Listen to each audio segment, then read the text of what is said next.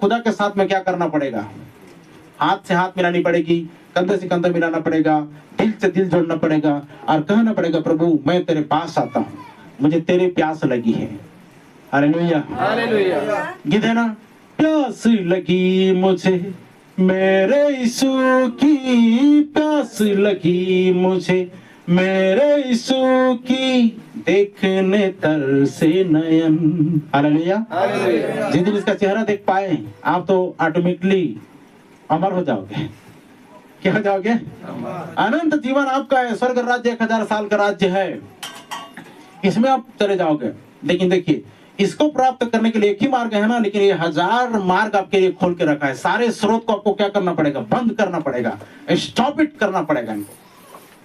अगर नहीं करते हैं 100% आप फंसने जा रहे हो। आपको लगता है ना इधर डाइवर्जन में क्या हो रहा है, कभी इधर आ जा रहे हो, फिर कभी इधर चले जा रहे हो, फिर इधर आ जा रहे हो, फिर इधर चले जा रहे हो। ये कब तक चलेगा? ये गुनगुने कलीसिया कब तक चलेगी? एक साइड हो जाओ और शैतान को मुक्कों से मारो, जूतों से मारो, कहो शैतान तेरा कोई चाल चलने वाला नहीं मेरे सामने में। मैं ऑलरेडी बुकिंग हो चुका हूँ। हम ऑलरेडी परमेश्वर के राज्य के वारिस बन चुके हैं। आमीन। लिखा है परमेश्वर यहोवा का वंश, उसकी संतान शत्रु के नगरों को फाटकों का अधिकारी होगा। ये नगर का फाटक का अधिकारी आप लेन देन में बिगड़ रहे हो ना, इनके साथ वार्तालाप करके बिगड़ रहे हो ना, इधर वार्तालाप कीजिए ना, इसको मुंह को मारिए, इनको जूतों चप्पल से मारिए। अब देखिए कैसे वो आपके पास से भागेंगे। ये पत्ते की खड़खड़ाहट से भाग जा रहे हो, क्यों? कारण क्या है? क्योंकि ये जिंदगी में नहीं पाई जा रही है। इसका जो भाग है ना वो कम हो गया है। चलो तो आधा घंटा करते थे, अब 10 मिनट कर लेते हैं। क्या फर्क पड़ जाएगा? फर्क बहुत पड़ रहा है, क्योंकि आप आधा घंटा टाइम तो इधर दे रहे हो ना। ये डिवाइड हो गया कि नहीं? ये डाइवर्जन में आ गया कि नहीं आ गया? पहले 1.5 घंटा करते थे, अब 75 मिनट कर रहे हो। लगभग लगभग कहने का मतलब यह है कि उसका जस्ट हाफ कर रहे हो, क्योंकि आपको इनको समय देना है। तो खींचेगा ही खींचेगा और जोर कोशिश करेगा। तरह तरह की फैसिलिटी को दे करके आप इधर एक और देखिएगा, यहाँ पर और जोड़ देते हैं लोग।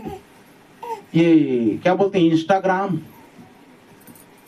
फेसबुक, क्या चीज, व्हाट्सएप, मैसेंजर, माने सोशल मीडिया,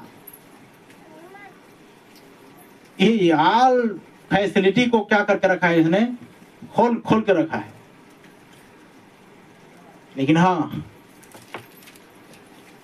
अगर आप चतुर चालाक हैं, परमेश्वर यहोवा के वचन के अनुसार इन चीजों को इस्तेमाल करते हैं, तो वही चीज आपके लिए बहुत सफलता की सीढ़ी को ला करके रख देता है। और ये फैसिलिटी को अगर आप इसके लिए यूज कर रहे हैं, ये तो खुश होकर के आपको क्या दे रहा है? और फैसिलिटी दे रहा है। तो परमेश्वर अगर खुश हो गया तो इन सारी चीजों से बचाकर आपको वो महान काम करने के लिए, किसी का जीवन को बचाने के लिए, किसी को उद्धार दिलाने के लिए, किसी को चंगा करने के लिए, किसी को जीवन को बचाने के लिए वो परमेश्वर आपको क्या करेगा? लगाएगा। आपकी अगुवाई कहाँ करेगा? ध्यान देना, शैतान इधर अगुवाई करता है, लेकिन परमेश्वर टूटे फीटे बिगड़े लोगों के पास में, जो रो रहे हैं उनके पास में, शोकित घरानों के पास में, जो टूट फूट बिगड़ रहे हैं, जो गिरे हुए हैं, खाई में गिरे हुए हैं, उनको उबार लाने के लिए परमेश्वर आपको लगाता है। इसलिए वो पवित्र आत्मा देता है। बोले हालेलुया। बहुत लोग नहीं पाते इन बातों को। पवित्र आत्मा पाने का मतलब क्या है? आप इन चक्कर में मत जाओ। और पवित्र आत्मा पा गए तो आपको परमेश्वर अपने काम को करने के लिए लगाएगा, ना कि इनके काम को। यही पता चलता है कि आपने किसका स्रोत पाए हैं, कौन सा स्रोत में आप चल रहे हैं, कौन सा रास्ते को अपनाए हैं, और ये आपका काम रहेगा। ये आप जागृत करते रहोगे। प्रार्थना तो करो, वचन तो पढ़ो, संगति तो करो, उपवास तो करो, ये आपकी बातें रहेंगी। अब इस दोनों चित्र, तीनों चित्र को मतलब ये पूरा व्हाइट बोर्ड को देखिए और आपको क्या समझ में आता है। अभी आप कौन से मार्ग में, कौन से स्टेप में है उसको देखिए। दुनिया किस कदर इसके चक्कर में है और लोग किधर डाइवर्जन में जा रहे हैं, इस बात को देखिए। और टोटल आपको यहाँ पर सूखा करके छोड़ गई है। सबको खींच लेगा ना आपका। जितने भी परमेश्वर ने आपको फुलफिल किया था ना, भरा था किससे? आत्मा से, वचन से।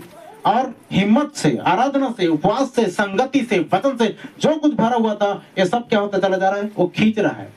क्या कर रहा है वो? और पूरा सूखा करके आपको यहाँ पर छोड़ देगा। आप सूखी लकड़ी के समान सूख जाओगे, इधर का नहीं होगे ना उधर का नहीं होगे, वो तो चूसने वाला है ना। परमेश्वर है जो आपको फुलफिल करके, भर करके, मजबूत बना करके चट्टान पे खड़ा करना चाहता है। और उसका अंतिम मूल उद्देश्य यह है कि आप स्वर्ग राज्य में जाओ।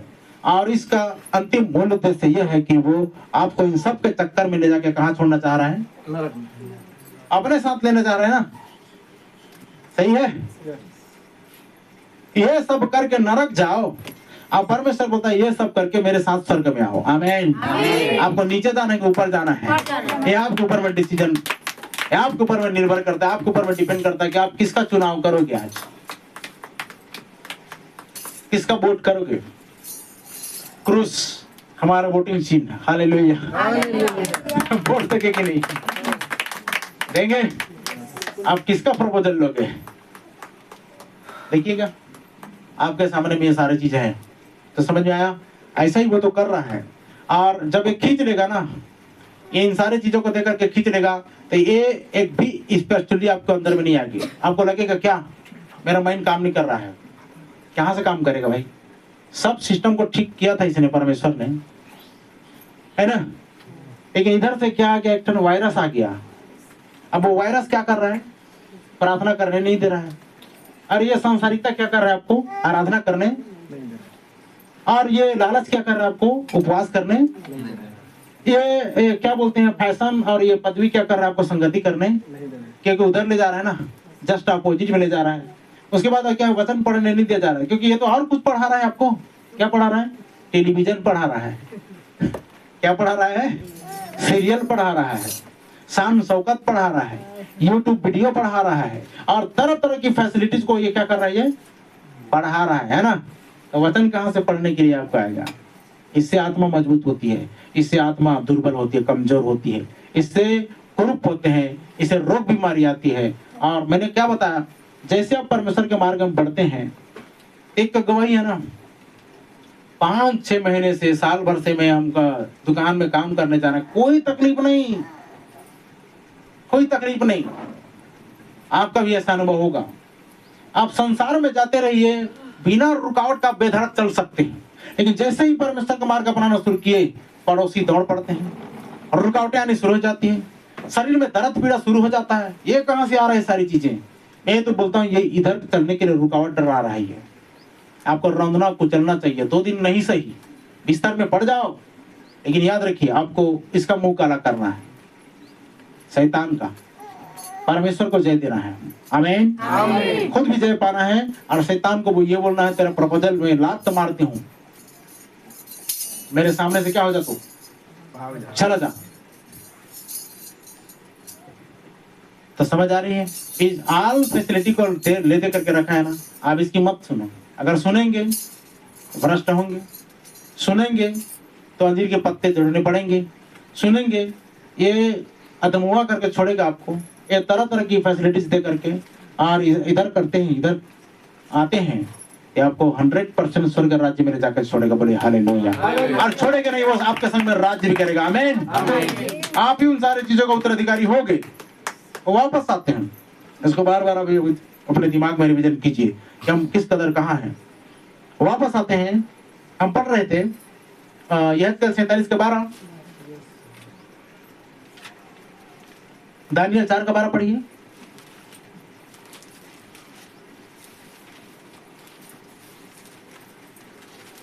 उसके पत्ते सुंदर और उसमें बहुत फल थे, यहाँ तक कि उसमें सबों के लिए भोजन था। उसके नीचे मैदान के सब पशुओं को छाया मिलती थी। उसके नीचे मैदान के सब पशुओं को क्या मिलती थी? छाया मिलती थी। और उसकी डालियां में आकाश की सब चिड़िया बसेरा करती थी। और उसकी डालियों में आकाश के सारे चिड़िया बसेरा करती थी। और सब प्राणी उससे आहार पाते थे। और सब प्राणी उससे क्या पाते थे? आहार पाते थे। लेकिन अब क्या हो गए हैं? मुंडरे हो गए ना, पत्ते झड़ गए, पतझड़ हो गए।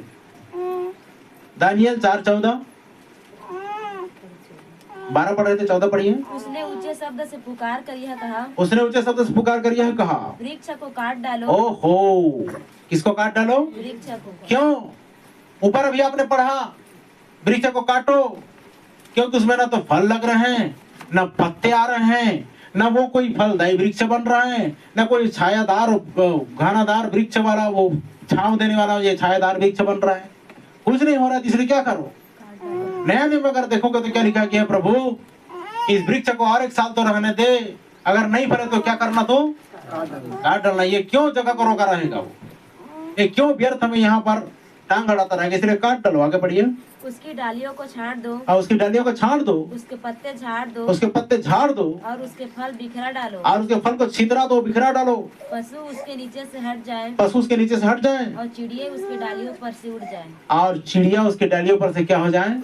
उड़ जाए। इतना छायादार वृक्ष आज कैसे हो गई? 21 पद पढ़िए। जिसके पत्ते सुंदर और फल बहुत थे, और जिसमें सबों के लिए भोजन था। बस अब देखिए, ये हमने उसी वचन को रिपीट करके पढ़ दिए हैं। अब अंतिम में जाइए, मत्ती सुसमाचार 24 अध्याय उसके 32 पद पढ़िए। मत्ती 24:32।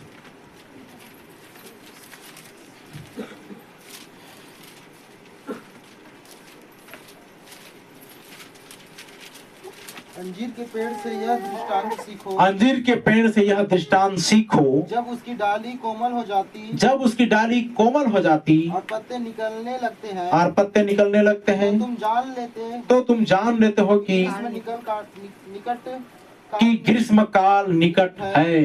गर्मी का ऋतु, गर्मी का महीना, गर्मी का मौसम निकट है ना? तो अभी क्या इन बातों को देख करके नहीं जान पा रहे हो ये कौन सा मौसम चल रहा है? तभी तो बोला ना, तुम आकाश को लाल होते देखते जान जाते हो। हे कपटियों, तुम आकाश के रंग को, भेद को पा सकते हो, लेकिन ये वर्तमान पीढ़ी को, आरे लोगों के व्यवहार को क्यों नहीं समझ पा रहे हो? ये जो इस रीति से यहाँ पर वो आज फैसिलिटी को देकर रखा है, ये प्रपोजल दे रहा है, ये तरह तरह की इन चीजों को आपके लिए मार्ग खोल करके रखा है, इनको क्यों नहीं पहचान रहे हो? ये स्रोत को क्यों नहीं पकड़ पा रहे हो? जबकि परमेश्वर का स्रोत यह है। क्या आत्मा जो परमेश्वर ने आपके अंदर बसा है कोई ऐसी लालसा करता है? वो तो और भी अनुग्रह देता है ताकि आप प्रार्थना करें, परमेश्वर से जुड़े और परमेश्वर के वचन का प्रचार करें। बोलिए हालेलुया। जो गिरफ्त में चले गए हैं, उनके कंट्रोल में चले गए हैं, इधर उनको खींच निकालने के लिए आपको ये परमेश्वर क्या करता है? इस्तेमाल करता है। बोलिए हालेलुया।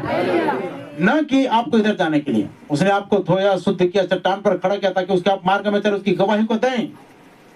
लेकिन शैतान कतई नहीं चाह रहा है कि वो क्या करें आप इनकी गवाही दो। वो चाह रहा है कि इधर इन सब चक्कर में क्या रहा, फंस के पड़े रह जाओ, और वो आपका ऐसे जिंदगी को चूस करके खत्म कर देना चाहता है ताकि ना आप ना घर के हो, ना घाट के हो, ना यहाँ के हो, ना वहां के। आप यहाँ पर लटक के पड़ रहे हो, आपको समझ में नहीं आ रहा है प्रार्थना करूं या ना करूं, वचन पढ़ूं या ना पढ़ूं, उपवास करूं या ना करूं, संगति में जाऊं या ना जाऊं। ये क्या है? यही तो है ना। इधर हो रहे हो ना, ऐसे सोचने पर विवश कर दिया है, ऐसे मजबूर और ऐसे लाचार, ऐसे बेबस करके रख दिया है ये कि न तो आप इधर हो पा रहे हो और न कुछ कर पा रहे हो। ऐसा उलझा कर रखा है। स्रोत तो देखिए ना, कितने सारे स्रोत उसने बना के रखे।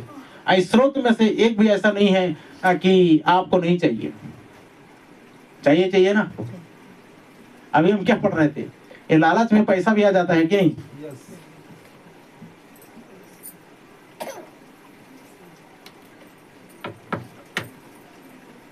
ये शरीर में विलासा आ जाएगा, ये शान शौकत में ये आ जाती है, हमको मान सम्मान चाहिए, ये फैशन में वो सारी आल फैसिलिटीज आ जाती है।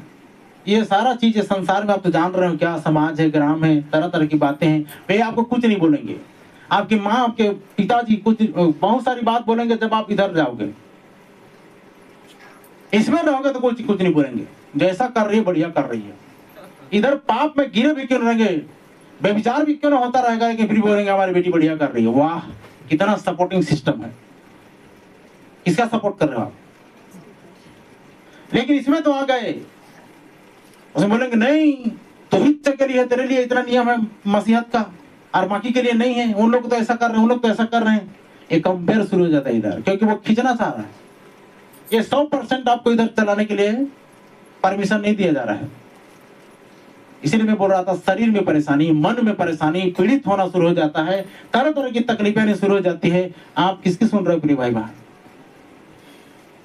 ये ऐसा समय है कि मैंने जब उन चीजों को देखा, वो पृथ्वी पर मतलब 40 और 45 साल के वयस्क कदी के रहे लोग, बुजुर्ग हो चुके, कहने का मतलब, और उनको जब लोग पत्थरवाह कर रहे हैं, उनमें से एक व्यक्ति निकला और तेज दौड़ करके उड़ गया।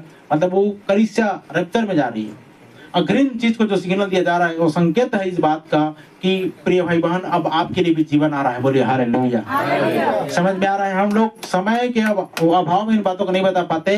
आप सप्ताह में हम एक दिन संगति करते हैं, इसलिए उन सारी बातों को क्या बता पाऊंगा। ग्रीन सिग्नल जो बताया जा रहा है, फिर से नए पत्ते लहराएंगे। और वो साइन जो आया है वो मृतकों के लिए आया हुआ है, मतलब जो हमसे प्रभु मर रहे हैं उनके लिए है, जो जीवित है उनके लिए वो उठा लिए जाएंगे एलिया की तरह। यहाँ पर मैं एलिया प्रोफेट की सेवकाई में पाया जा रहा है। विलियम ब्रनम एलिया था ना, और प्रोफेटिक मिनिस्ट्री थी, बस तक कई संदेश में था।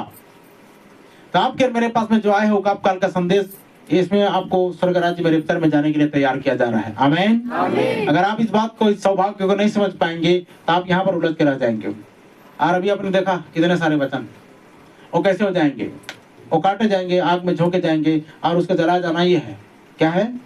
नर।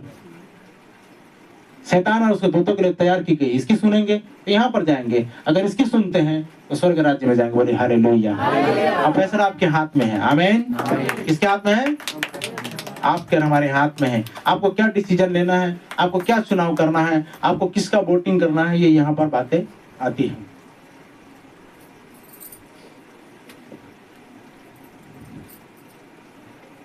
तो लगभग हम समापन की घड़ी में हैं।